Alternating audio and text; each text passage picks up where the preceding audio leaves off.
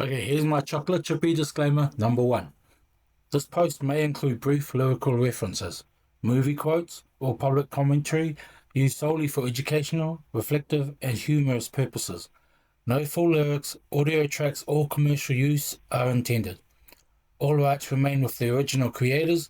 This content is shared in good faith for learning, legacy, and emotional storytelling. Please seek license permission for any extended use, reproduction, or performance. Hey, I heard you dropped your standards. My name is Odin, and I'm no ordinary man. Why I started with my old pickup line is because the housing crisis is well and truly a part of our DNA now. That has become the norm, and that you just have to accept it, right? I have always said the only thing to stop an Australian housing crisis is a nuclear bomb. Now, I don't want a nuclear bomb to happen. I'm just saying that's how strong our housing market is, okay? So today, we will look at how you can achieve the same benefits as investors by purchasing a house in regional towns that beat inflation. What you talking about, Willis? So today's chocolate chippy special is eggs benny with extra bacon and hot chocolate. Here we go. Yes, you heard me right. All you need is to find a property that beats inflation, and you will still arrive at every investor's dream, 10% growth. So we dive deep into the 2 towns that punch above their weight and go against the norms. Why are we looking at these? Because they are not just small towns. They are actually moving into metropolis rankings. They offer employment, affordable housing, and lifestyle. If you're thinking only the big cities make property millionaires, let me show you the 2 Aussie towns that defy property logic. You want the truth? You can handle the truth. If you find a property that just beats inflation in towns like this, hold it for 10 years, and you'll get what every investor dreams of, compounding growth. Inflation is a whole new kettle of fish, trust me, because rents are actually included when calculating inflation. I know, right? But that's a subject for another day. Yes, you guessed it. Sounds like a rabbit hole to me. You took the words right out of my mouth. Oh, it must have been while you were... That's enough of that. And running us straight is Bendigo, a regional heart that outgrows expectations. Here's what the data says as of August 2025. A median house price is $634,325 in Bendigo. Annual price growth is 6.7%. Median weekly rent, $505. Gross rental yield is 4.21%. Total return is roughly 10.9%. Can I get a hallelujah? And can I get an amen? Did you say, rap to me, brother? No, I won't do that. That's right, people. Bendigo is currently hitting the 10% mark when you combine capital growth and rental yield. That's not just theory. That's the proof is in the pudding. Why does it work in Bendigo?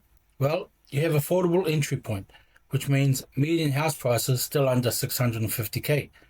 Strong demand because vacancy rate is at 1.7%, so it's below the healthy 3% benchmark.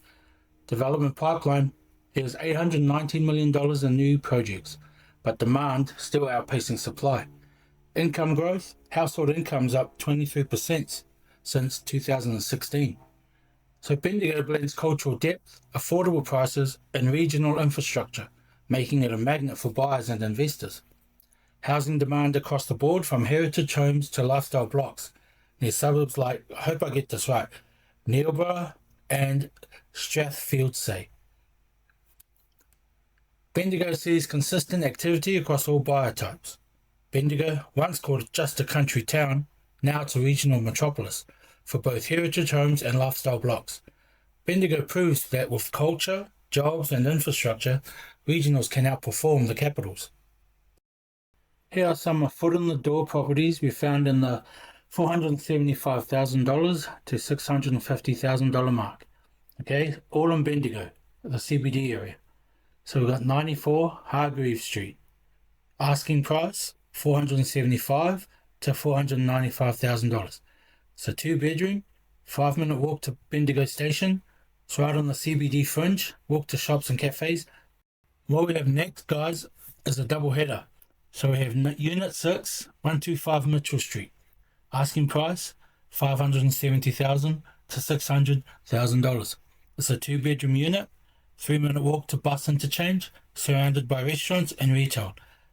And then we have Unit 3 at 125 Mitchell Street. Asking price is $395,000 to $420,000. It's 2-bedroom, 3-minute walk to bus interchange, surrounded by restaurants and retail. Okay, compact, walkable lifestyle. CBD adjacent, bus stops nearby. And now we have Unit 12, 2 to 4 Queen Street. Asking price $485,000 to $515,000. Another 2-bedroom, 7-minute walk to Bendigo Station, historic precinct, walk to parks. Okay, now we have 149 Violet Street. Asking price $625,000 to $645,000. It's a 4-bedroom, near tram, museum and bus routes, and walkable to schools and amenities. So look, that's not too bad, man, if you think about it. And do you know what we call this when the walk score is so high? They've been spending most their lives living in the walker's paradise. Yeah, jokes. So Mitchell Street corridor is actually a walkability goldmine. Hargreaves and Queen Street offer legacy uplift with heritage, charm and proximity to civic spaces. Look, man, I hear you, I get it, about having to go further out to acquire a house. Let's just remember, it's not going to be your forever home. It's just a foot in the door. And the dream of owning a home isn't dead. Owning a house with land, that is what's out of reach right now. However, if you purchase a townhouse or one side of a duplex, both these options come with a tiny parcel of land. So what I've just talked about today is just about having options. And if lowering your standard or expectations of chasing the dream in regards to the type of house you grew up in, look, this is just the new reality for Australians, okay? And now we head to mighty Queensland and look at Toowoomba, the rising regional titan. Explosive growth over the past 5 years. Dwelling values in Toowoomba surged by 56.2%, with about a 9.9% growth in just the last 12 months, beating Greater Brisbane's 15.6% annual rise. Regional appeal and migration close to 180,000 residents now, with projections heading to around 235,000 people by 2050. So Toowoomba also ranks 4th nationally for out-of-state migration, so more people move for lifestyle and affordability. There was a huge infrastructure boom with energy, agriculture, airport expansion, logistics, inland rail and major roads like the Toowoomba bypass boosting access and investment. And we have suburbs like Myrtle Ridge and Toowoomba West led regional Australia with $100,000 price increases in the past year alone. Toowoomba's vacancy rate is 0.8%, one of the tightest in the nation. So Toowoomba is actually transforming from country hub to regional powerhouse. And we have found these properties in Toowoomba that are under the 500k mark, so there's still hope. We have Unit 6, 60, Wooldridge Street, Mount Lofty. Asking price $449,000. It's just a 2-bedroom unit. Mount Lofty offers elite schools within 500 metres of walking distance, scenic trails and bushland just steps away, and is under 2 kilometres to the CBD, so not too bad. Next up we have Unit 20, 33 Margaret Street, East Toowoomba. Asking price is $389,000. Say what? Still active, walkable location, and this hits the sweet spot. Walkable, near schools and hospitals, with a pool and city views. That spells mean to me. I am a sucker for swimming pools and anything that sparkles or lights up. And the last property we have is Unit 7, 10 Perina Street, Wilsonton. Asking price is $389,000. It's affordable but low walkability score. Wilsonton is affordable but car reliant. So yeah, like I keep saying, there is hope out there. So these two regional cities offering home buyers the same returns that investors get. You get lifestyle, returns and capital growth. What more can you ask for? Why are these markets punch above their weight? So Toowoomba, big infrastructure projects like hospitals, rail, schools, people moving in with higher incomes, not many homes for sale, especially in top suburbs. Prices jumped 56% in 5 years, that's serious growth. Only 0.8% of rentals are vacant, equals high demand, and some suburbs gained $100,000 in value, fast equity. Let's look at Bendigo. Great lifestyle, with parks, culture and community. More affordable than big cities but still growing. New roads, rail and regional investment. 1.7% rental vacancy, so strong demand there. Buyers from all walks, first-timers, investors, downsizers. So we have a mix of heritage homes and new builds, equals choice and charm. So Toowoomba, if we think of it, is like the quiet achiever, and Bendigo is the friendly all-rounder, affordable, attractive, and growing steadily thanks to the regional migration and lifestyle appeal. So both cities offer hidden opportunities for buyers who look beyond the headlines. You're not just buying a house, you're buying into a market that's quietly building wealth and community. Did you say you want more? Okay then, don't worry, I won't leave you hanging. So here's a list of similar towns around Australia where house prices beat the inflation model, but asking prices start at the 340k mark and go right up to the 600k plus mark. So here we go. First up is mighty Queensland. We have Rockhampton.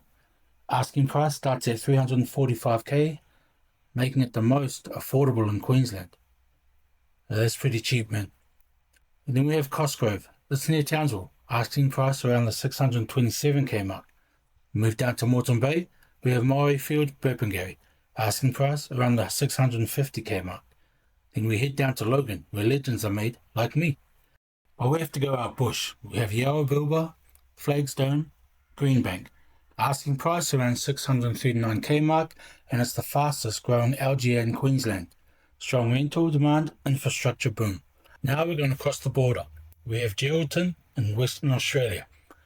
Asking price around the 405k mark, strong growth, affordable coastal living. We have Shepparton, Victoria. Asking price around the 460k mark. Regional hub, 89% growth over 10 years, yet still affordable. That's really good. And then we are down at Murray Bridge, South Australia. Asking price around the 467k mark. Rapid growth, owner-occupier depth, and 103% 10-year price rise. And can I get an "oh mutant"? That is the meanest I've got on the planet, I say. Look, I'm not telling anyone to buy in these areas. I'm just pointing out the fact that you have options from 345k right up to the 650 plus k mark. Families can own without drowning in debt. So why not buy where locals can still pay the mortgage? Like I said at the start, we don't need to resurrect the old dream. You can rewrite it to suit your dream. The Adun Foundation strongly believes that healing starts at home. And home isn't just where you live, it's where you grow and build stronger futures. So by beating inflation consistently, even by a few percent, it's the key to long-term wealth through real estate. And if we were off to the races, this horse is a sure bet every time. Compound growth, rental yield and leverage. And you, my friend, have just won the trifecta, baby! So a 10% total return per year, here's what the data says. As of August 2025 on houses, median house price $634,325. Annual price growth 6.7%. Median weekly rent $505. Gross rental yield 4.21%. So the total return is roughly 10.9%. So yes, Bendigo is currently hitting the 10% mark when you combine capital growth and rental yield. That's not just theory. That's a hot apple crumble pie with rhubarb and hokey pokey ice cream on top. Yep, the proof is in the pudding. Bendigo, it's an affordable entry point, people. Remember those words? Due diligence still applies here. And as long as the numbers add up, remember, their numbers don't lie. So for beating inflation, number 1, look for population growth. Number 2, jobs and infrastructure. Number 3, vacancy rate. Number 4, supply and control of land.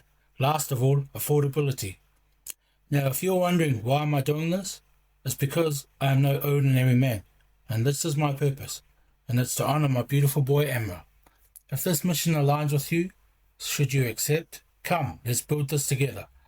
Thank you for the likes, thank you for your time, and you knows how we close this. Chocolate Chippie disclaimer number 2. I am a qualified builder with 25 years experience. Where I'm from, they call me Chocolate Chippie. This is not real estate or financial advice. I'm not a financial advisor or a real estate agent, and I'm not affiliated with any company. All data and figures are based on public information and are for my personal use under the Doon Foundation's housing mission. So please seek licensed, legal, financial or tax guidance before making decisions.